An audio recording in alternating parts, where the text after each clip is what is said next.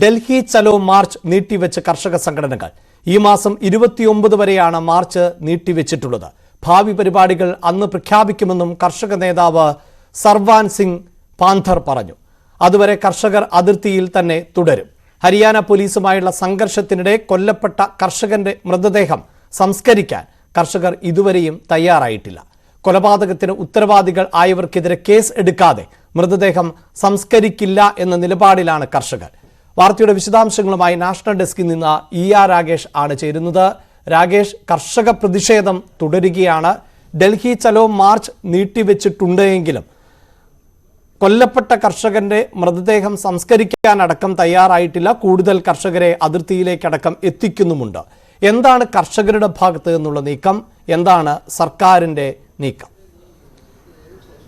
അഭിലാഷ്, ഖനൌരി അതിർത്തിയിലുണ്ടായ സംഘർഷത്തിൽ ബുധനാഴ്ച സംഘർഷത്തിലാണ് ഹരിയാന പോലീസുമായുണ്ടായ സംഘർഷത്തിലാണ് കർഷകൻ ശുഭ്കരൺ സിംഗ് കൊല്ലപ്പെട്ടത്. എന്നാൽ ഈ ശുഭ്കരൺ സിംഗിന്റെ മൃതദേഹം ഇതുവരെ സംസ്കരിക്കാൻ തയ്യാറായിട്ടില്ല കർഷകർ. കാരണം അവർ ആവശ്യപ്പെടുന്നത് കുറ്റക്കാരായ ഉദ്യോഗസ്ഥർക്കെതിരെ കൊലക്കുറ്റത്തിന് കേസെടുക്കണമെന്ന ആവശ്യമാണ് ഉന്നയിക്കുന്നത്.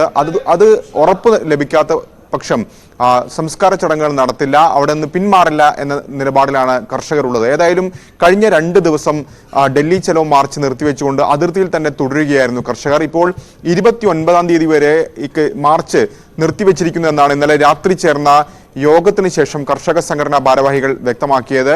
ഭാവി പരിപാടികൾ അതേ ദിവസം പ്രഖ്യാപിക്കുമെന്നും അവർ അറിയിക്കുകയും ചെയ്തിട്ടുണ്ട്. ഏതായാലും ഇന്ന് മെഴുകുതിരി മാർച്ച് അടക്കം കർഷകർ സംഘടിപ്പിച്ചിട്ടുണ്ട്. പ്രത്യേകിച്ച് 2 അതിർത്തിയിലും, ശംഭു അതിർത്തിയിലും ഒപ്പം തന്നെ ഖനൌരി അതിർത്തിയിലും മെഴുകുതിരി മാർച്ച് സംഘടിപ്പിച്ചിട്ടുണ്ട്. കർഷകർ പിന്നോട്ടില്ല എന്ന നിലപാട് തന്നെയാണ് ആവർത്തിക്കുന്നത്. മാത്രവുമല്ല, കൂടുതൽ സംഘടനകൾ, പ്രത്യേകിച്ച് 2020 കർഷക സമരത്തിന് നേതൃത്വം വഹിച്ചത് സംയുക്ത കിസാൻ മോർച്ചയായിരുന്നു. ഇപ്പോൾ സംയുക്ത കിസാൻ മോർച്ച അടക്കമുള്ളവർ ഈ സമരത്തിലേക്ക് എത്തുന്ന സാഹചര്യം കൂടിയുണ്ട്. പ്രത്യേകിച്ച് ഇന്നലെ SKMന്റെ നേതൃത്വത്തിലായിരുന്നു കരിദിനം ആചരിച്ചിരുന്നത്. മാത്രവുമല്ല, 26-ാം തീയതി ലോക വ്യാപാര കരാർ പിൻവലിക്കണം എന്നാവശ്യപ്പെട്ടുകൊണ്ട് അവർ ട്രാക്ടർ മാർച്ച് സംഘടിപ്പിക്കുകയാണ്. ഒപ്പം തന്നെ 14-ാം തീയതി ഡൽഹിയിൽ മഹാപഞ്ചായത്തും വിളിച്ചിട്ടുണ്ട്. അപ്പോൾ കർഷകർ പിന്നോട്ടല്ല, കർഷക സമരവുമായി മുന്നോട്ട് പോകുക തന്നെയാണ് കർഷക സംഘടനകൾ. അഭിലാഷ്. റൈറ്റ്. ഏറ്റവും പ്രധാനപ്പെട്ട വാർത്ത ഇപ്പോഴും നമുക്ക് വാർത്താരംഭത്തിൽ ഉൾപ്പെടുത്തേണ്ടത് കർഷകരുടെ വിഷയം തന്നെയാണ്. രാജ്യത്തെ അന്നം ഊട്ടുന്നവർ ആണ്. അവരുടെ പ്രശ്നത്തിന് പരിഹാരം കണ്ടെത്തുക തന്നെ വേണം.